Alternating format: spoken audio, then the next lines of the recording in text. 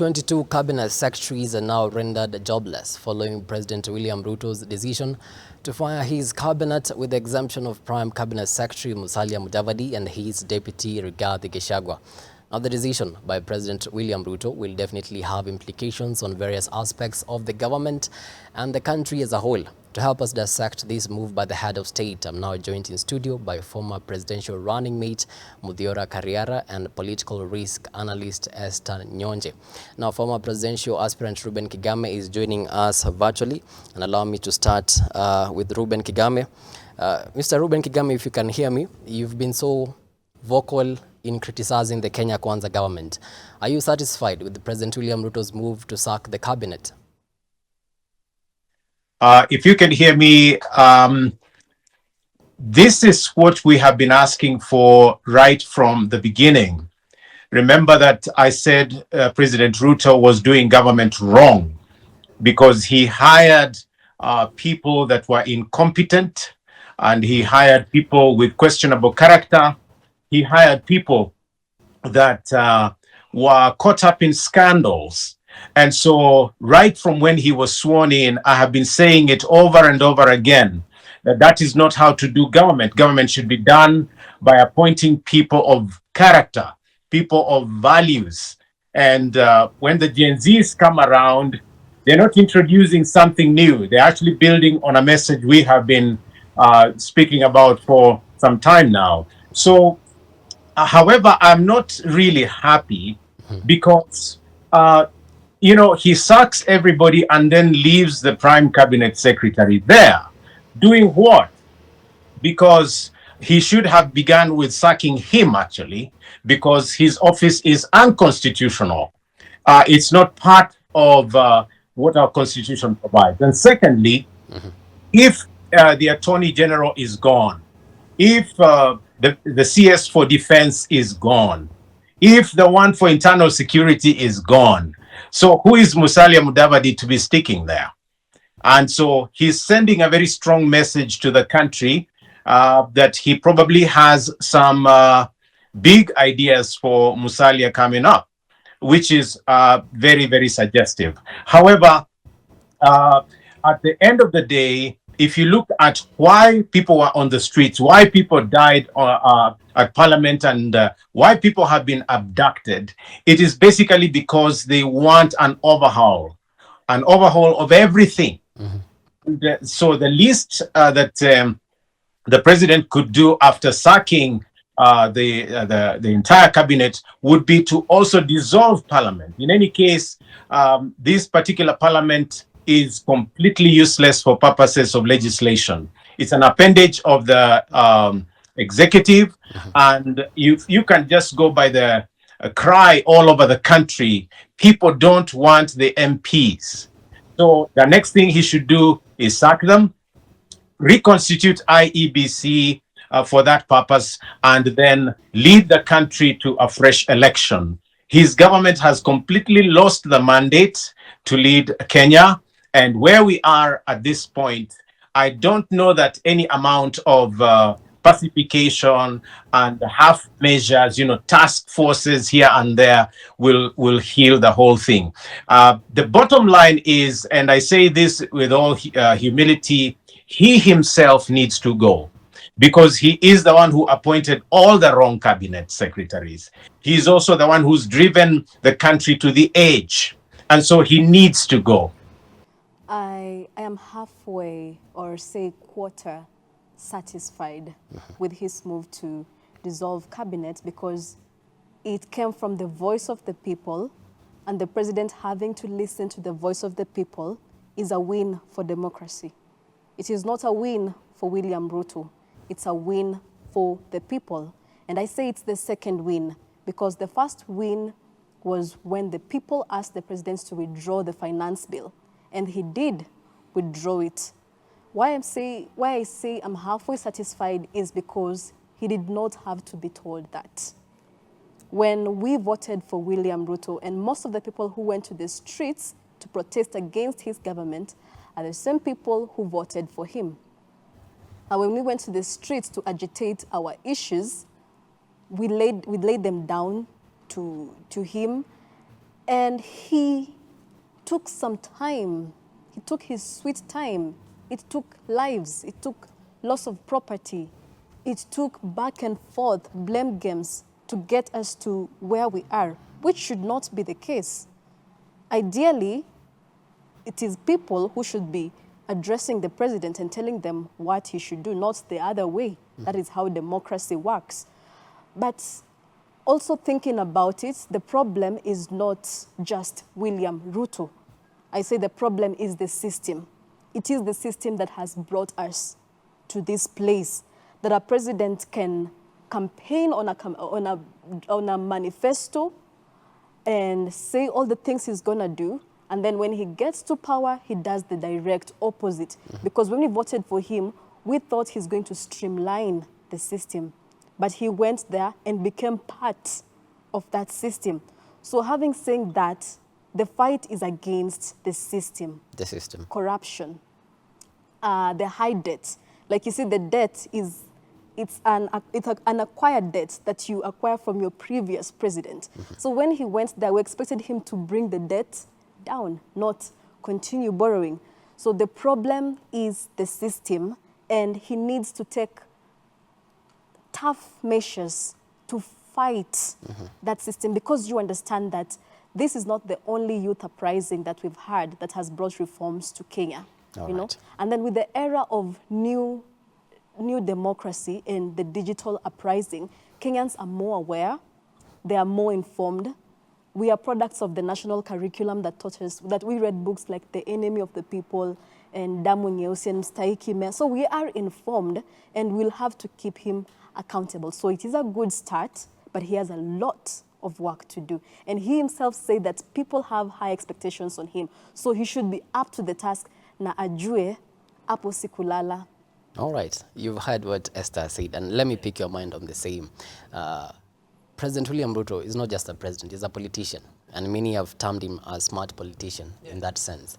Does President William Ruto has hidden cards in all this?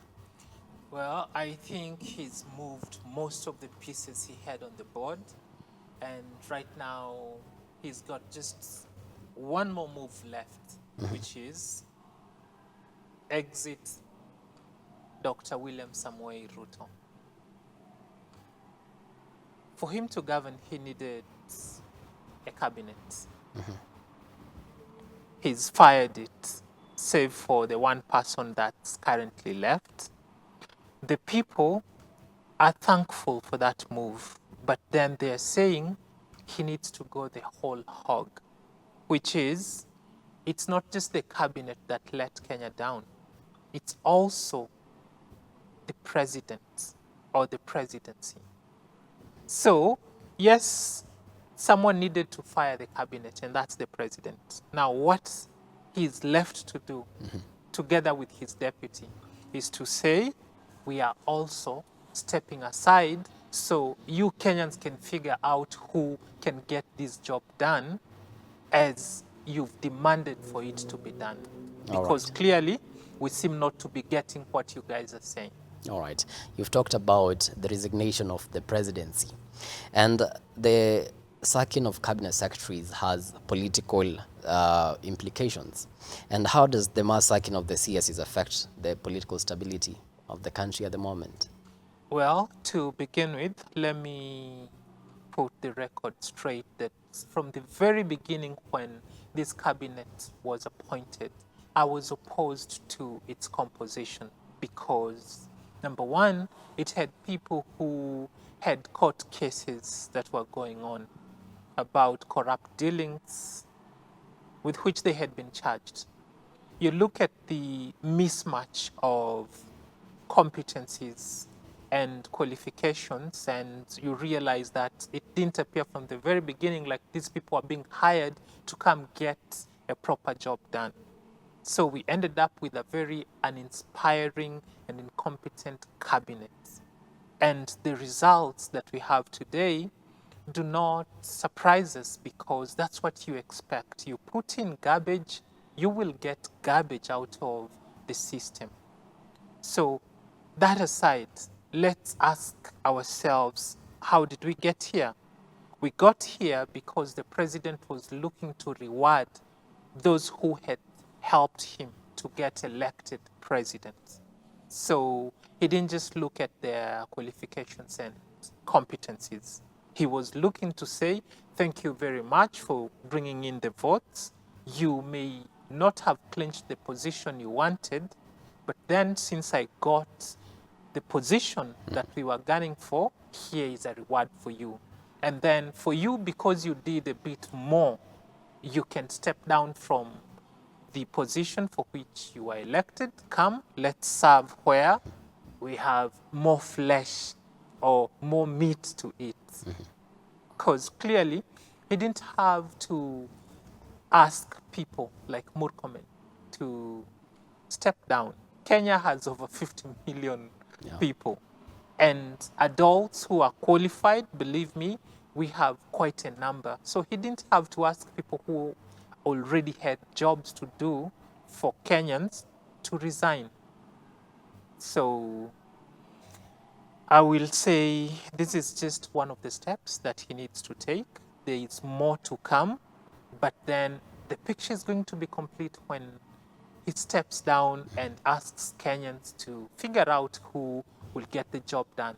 All right. But you see, when we asked the president to step down, in my opening remarks, I said the problem is the system. The system is producing, the system has the same people producing the same results, you know? So when we ask the president to step down, constitutionally, we are looking at Rigathi Gachagua, who is still part of that system. So we won't be solving the problem. We'll be stepping away for a while, but not really addressing, putting a bandage on the wound, not treating the disease. So I really feel William Ruto he's the duly elected president. And the democracy that works for us is also the democracy that works for him. So because he was duly elected, why not why not go on with his term, with people being accountable, with him being accountable to people, and people also playing their part to keeping him on toes. And where he goes wrong, then we can put him out. And we need to see the tangible steps that he is taking to fix that system. Like what he's done is for a start. Now we look forward to what kind of CSS is he going to work with. Because you see, he said he's going to eliminate wastage, to bring out unnecessary duplication of government agencies and slay the dragon that is corruption. So I really feel we should give him a chance. We should give him some time to see if he's actually going to do what he's going to do. And I don't think he has a card because he had underrated this movement. We were being told, Sisi ni watu wa KFC, like, you are kids, you can't tell us anything. They had underrated this movement, but they realized that this is bigger than it seems. Muthiora, you've seen the president, the Attorney General, the former Attorney General, Justin Muturi, say that the president does not take advice. Now, the fact that the cabinet has been dissolved, and President William Ruto does not take advice, meaning that, allegedly, that the president is the one who advises the cabinet secretaries on what to do. So if Atoli appoints a new cabinet and he cannot take advice, how is that going to work? It's still not going to work. And here is a hypothesis I have held for quite some time now. When he appointed that very incompetent cabinet, my thoughts were, he's done this because he wants to run the ministries from State House. So he just needs figureheads out there in the field, but in reality, the person doing the job, the person calling the shots in every ministry and department is William Ruto from State House. Now, it's a good thing that insiders are now coming to the public and saying, we attempted to give competent advice to the president, he did not take it. Sometimes when he should have consulted us, he did not. He went ahead and did that which he thought was right as per whatever information he had or what his judgment told him. So even now where we are at, suppose it's true that he has fired this cabinet because he's listened to Kenyans who have said, we do not want this incompetent cabinet. If indeed he listened to the people and did that, then he should also have heard that the people are not just dissatisfied by the performance of the cabinet, but by his own performance as well. So even if he goes on to appoint another cabinet, there is no guarantee that he's going to allow them to discharge their duties without him impeding into how they get that done. So still, we could find ourselves where we are today. At the moment. Otherwise, we should just go back to whatever we've been agitating, that Mr. President, listen to the people. And if you can't hear what the people are saying, then you have no business sitting on the presidency. He has listened to the people, has he not? We asked him, the president wanted this finance bill passed. With his last gut, he wanted it passed. But at the last moment, before people said we are coming to occupy State House, he withdrew. Because he was threatened. Yes, if it has And to take the threats for him to do that, then let's do it. That's the not way we're listening. going to go. That's coercion. And here is the other thing you need to look at. His action today of firing the entire cabinet and leaving Musalia Mudavadi in office speaks volumes to the character of the man. And that is, number one, we know that he's tried to use Parliament to sanitize the position of the Prime Cabinet Secretary. But still, it doesn't hold. If indeed he listens, because this matter has been conversed in our courts, it has been conversed in our barazas, and established that we do not need to have this office. But Right. still, even when he had this very amazing courage and fired everyone, he still left this unconstitutional office in place. Well, That doesn't look like someone who listens. well, you say it's coercion, it's what? I say the end justifies the means. We do not have a 23 finance bill, and we do not have the same cabinet secretaries we were against. And he's not traveling. He's now holding virtual meetings in his office. The president is listening. Even if he did not want to listen, it has taken for something to happen for him to calm down his high horses.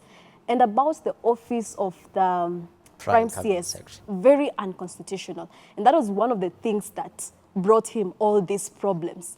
So him leaving it there, I'm looking it at as a way of someone had to run government, and it fell on Musalia Mudavadi. And I tend to think that Musalia Mudavadi has a special favor because Moi wanted him, Kibaki wanted him, Uhuru wanted him, and now Ruto is still wanting him. But I'm looking at it this way, that this might be a short-term thing, very unconstitutional, yes.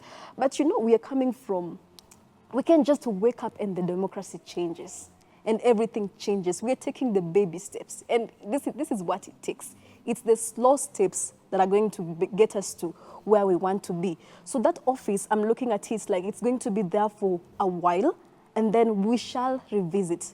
Because soberly speaking, I am saying that office is unconstitutional. You've taken the first step of firing your whole cabinet secretaries and your whole cabinet.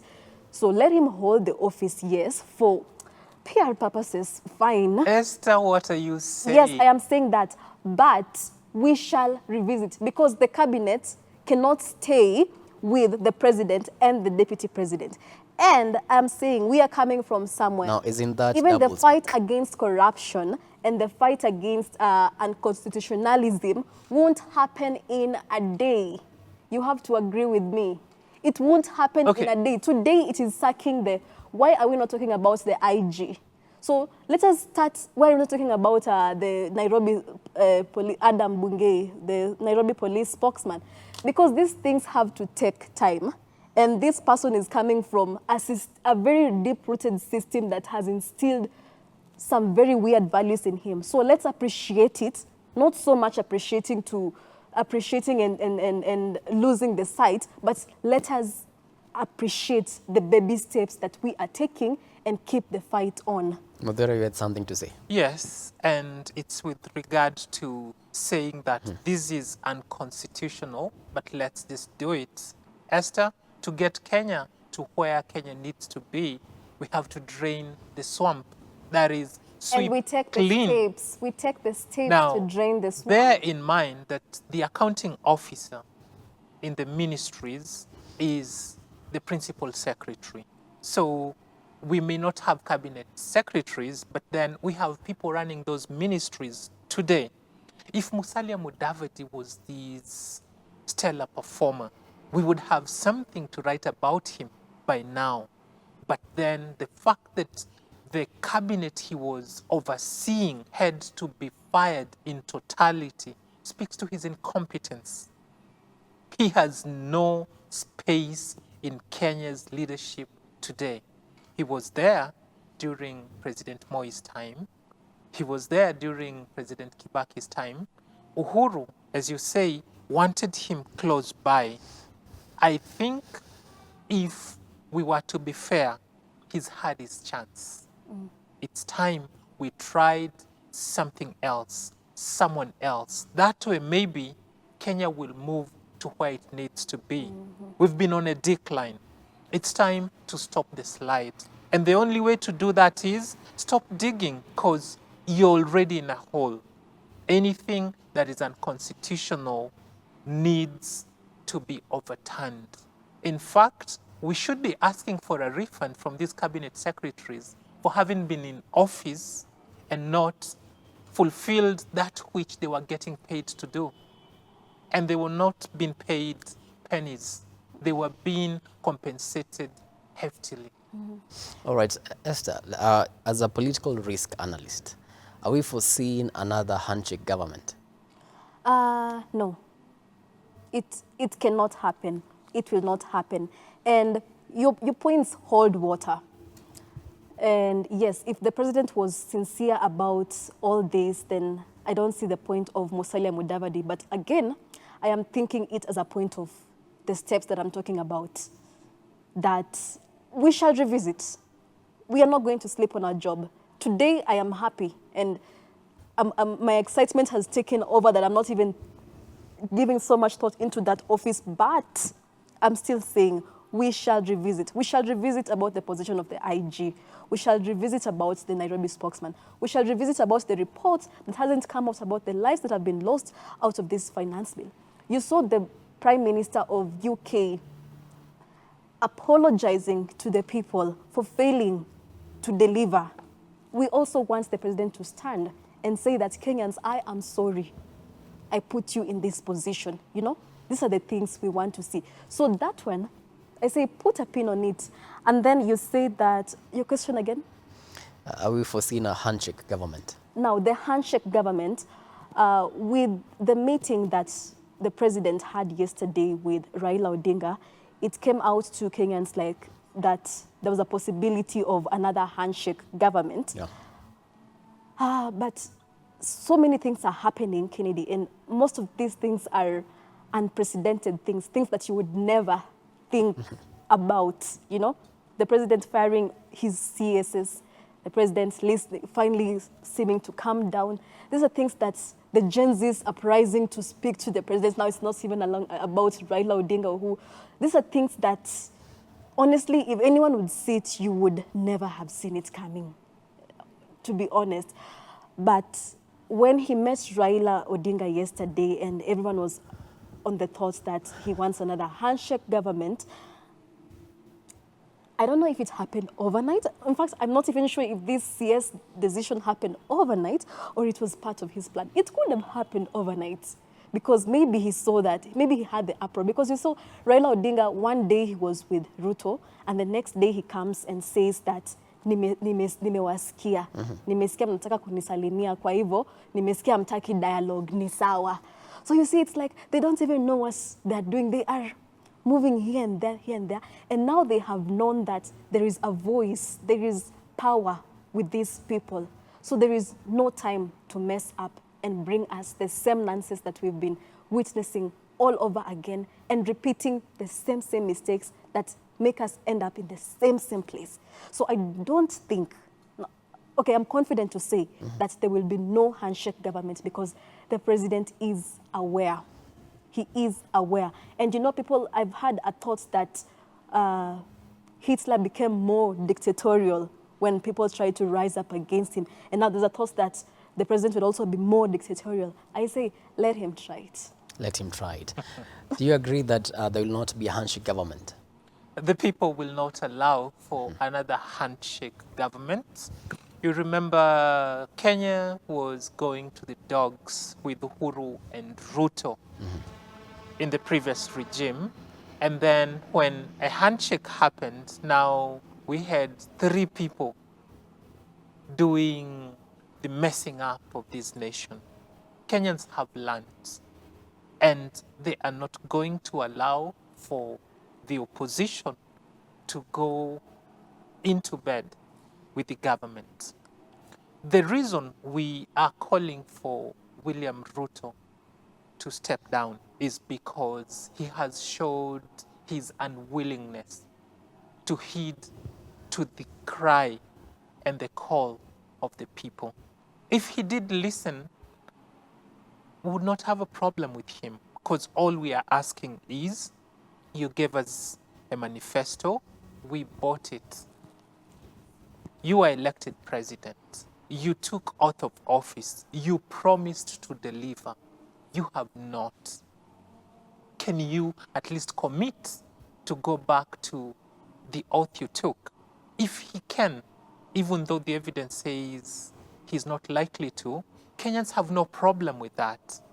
But we are raising eyebrows when he takes very decisive action, but then stops short of completing the swing.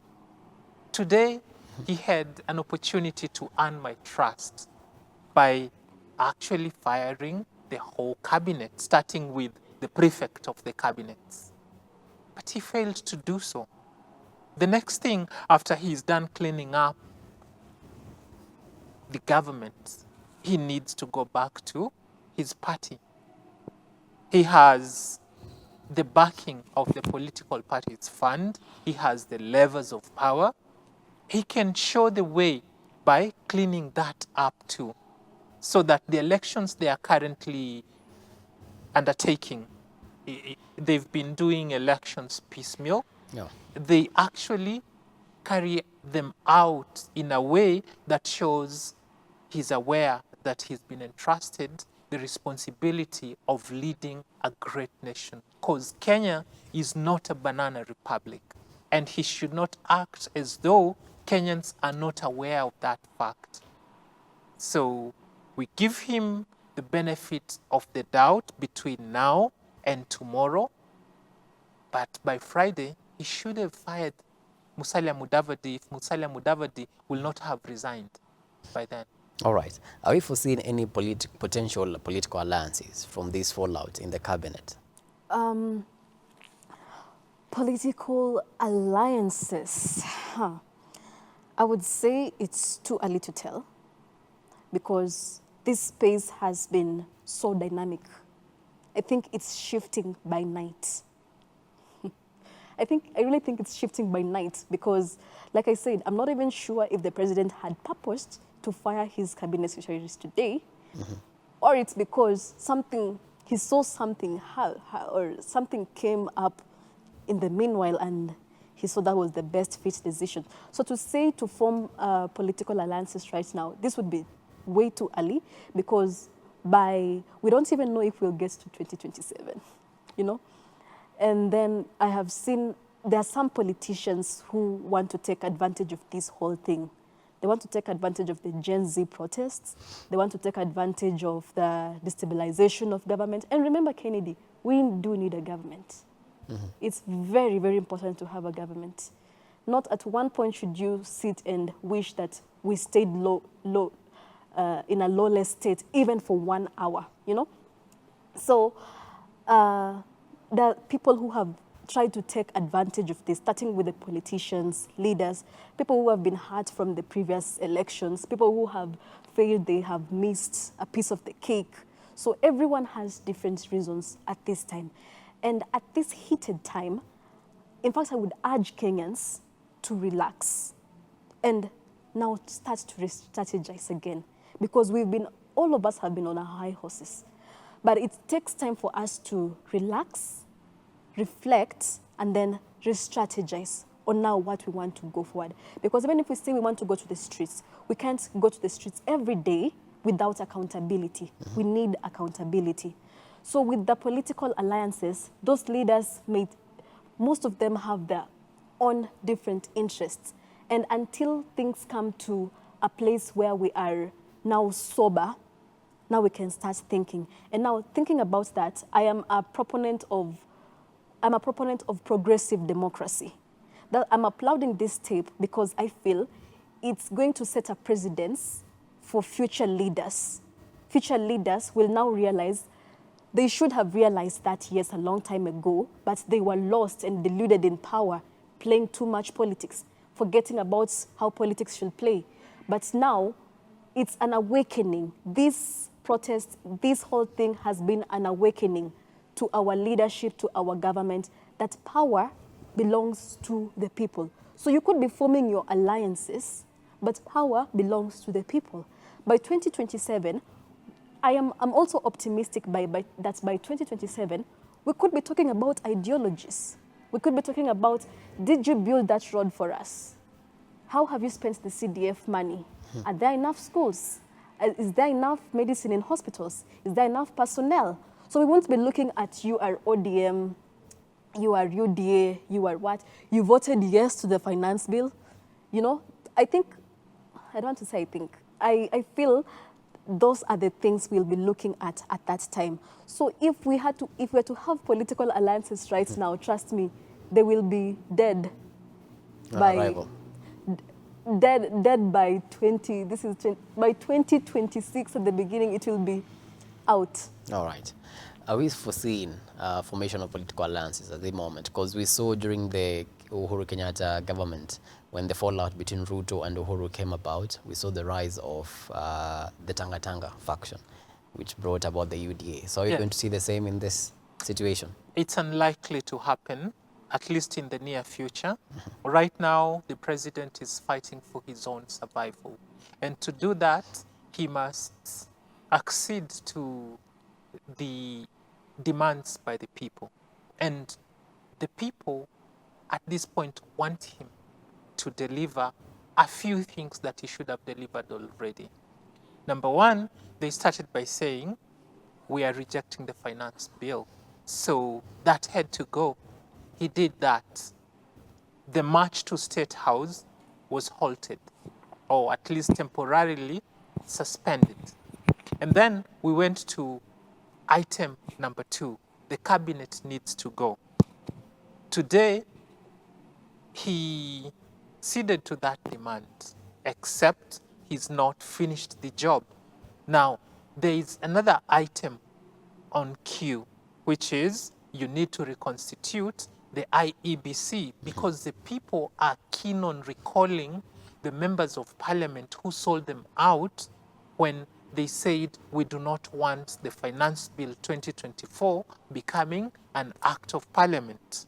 So when he's done with that, he's going to have to address the other matters. And to get those done, you do not need to come together with anyone else in the name of organizing politically, because the people know that dialogue has not gotten them the results that they have desired. So still no more dialogue. What political affiliations and alliances do is they sort of throw a rug on top of the trash, but then the trash is still beneath the surface. And the people at this point are not interested in band-aid. They want real solutions. So it's unlikely that within the next 6 months, political alliances are going to save these governments. What's going to save these governments is action. So we hope before the week ends, the whole cabinet is swept clean. After that's done, then we get to the other important matters that are not so critical. The government committed to hiring the intern doctors. Let them do that. Pensionable and permanent basis modes of employment for the JSS teachers. Yeah. Those are quick wins for this government. If the president keeps delivering on such things, he will not need political alliances. That will buy him time. All right. Now that the president has dissolved the cabinet, what next? What next is looking at the office of the Prime CS, as Modiora says. I think the hashtag should be fix the system. Fix the entire system. He has dissolved the cabinet. That is a good step. He has said that he's going to deal with the burden of debt. He's going to raise domestic resources, expand job opportunities, and he has said that he wants to create an inexpensive, effective, and efficient government. And he's doing that through extensive consultations across different sectors of political formation, what he called a broad-based government approach. That he has said he's going to sit down and listen to multi-stakeholders, listen to experts, listen to people, listen to even us, the Gen Zs, civil society, not the IMF and creating a one-man show. So at the end of the day, we are still going to come back to talking. Though I didn't want to, I was never about dialogue, but with this tape, I feel like we should now come back to the drawing board, but not creating another report and then adding paperwork over more administrative paperwork. But what we want to see now are actions. Now, what he has done today, that was one action. We are talking about the Office of the Prime CS. That's also another action. Regaining our and restructuring our debt. We want to hear him listen to experts, what experts have their views. And you see, the good thing is that these experts also come and tell us that, you know, the president listens to us or he does not listen to us.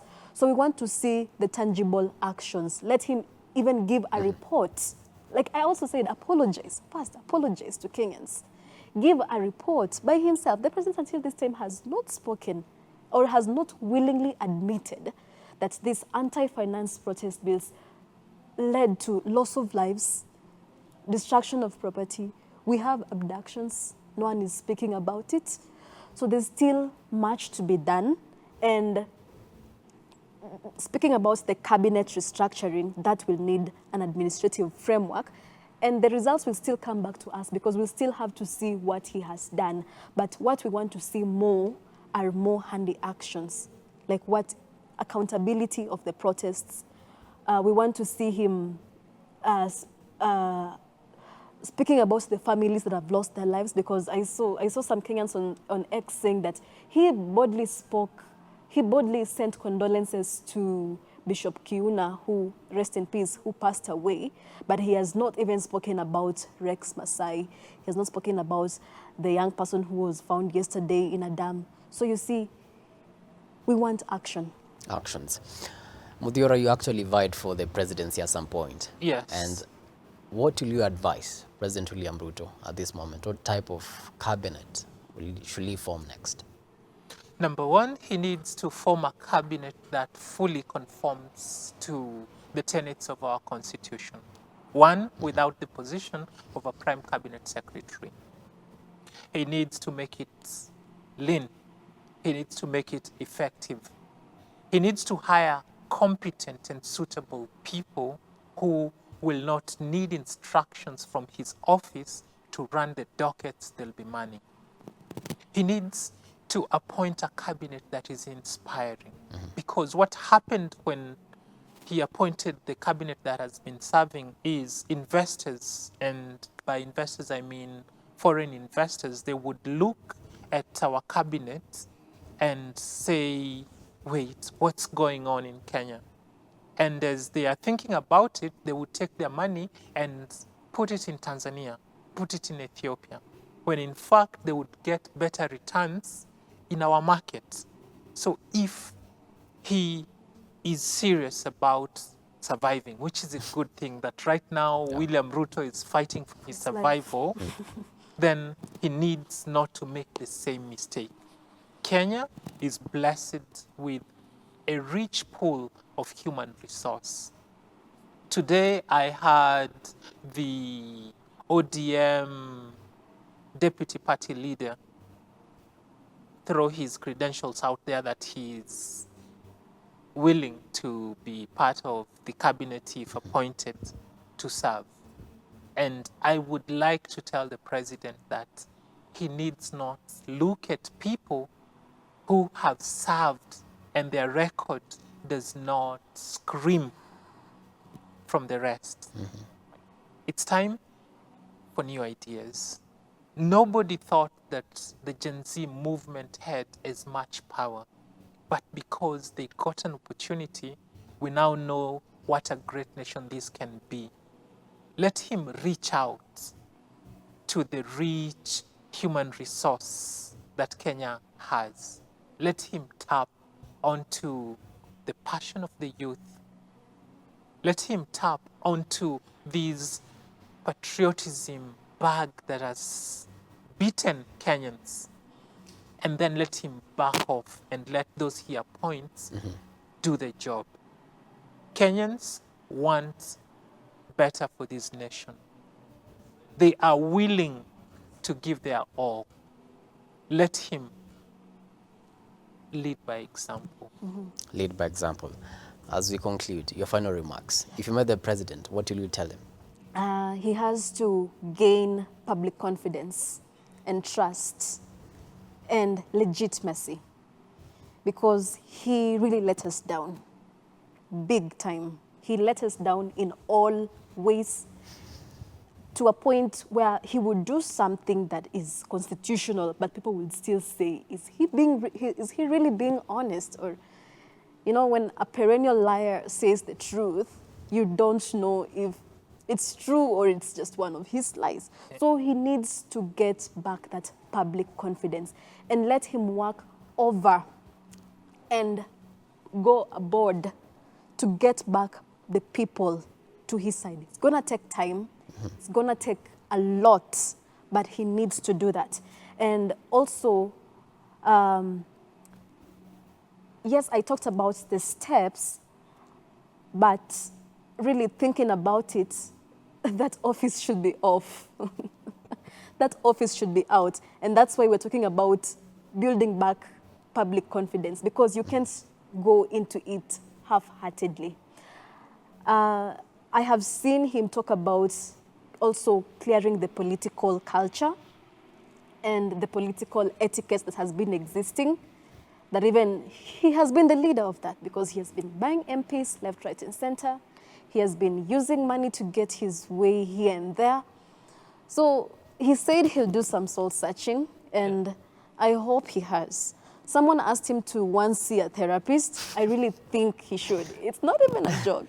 He really should see that therapist, because if he's coming from a place where he was running a one-man show to come down to listen to the people, then he needs that peace and calm inside him to actually do that. So in clearing that political culture, because I heard him talk about the ESCC being stringent about harambes, they need to put up a regulation about checking on MPs who are still using harambes as a political tool. Now, things like that slowly might build up our political culture, and the people will decide whether they're satisfied with him or not. But he has to work his way and get back our trust. All right. There's something you wanted to say?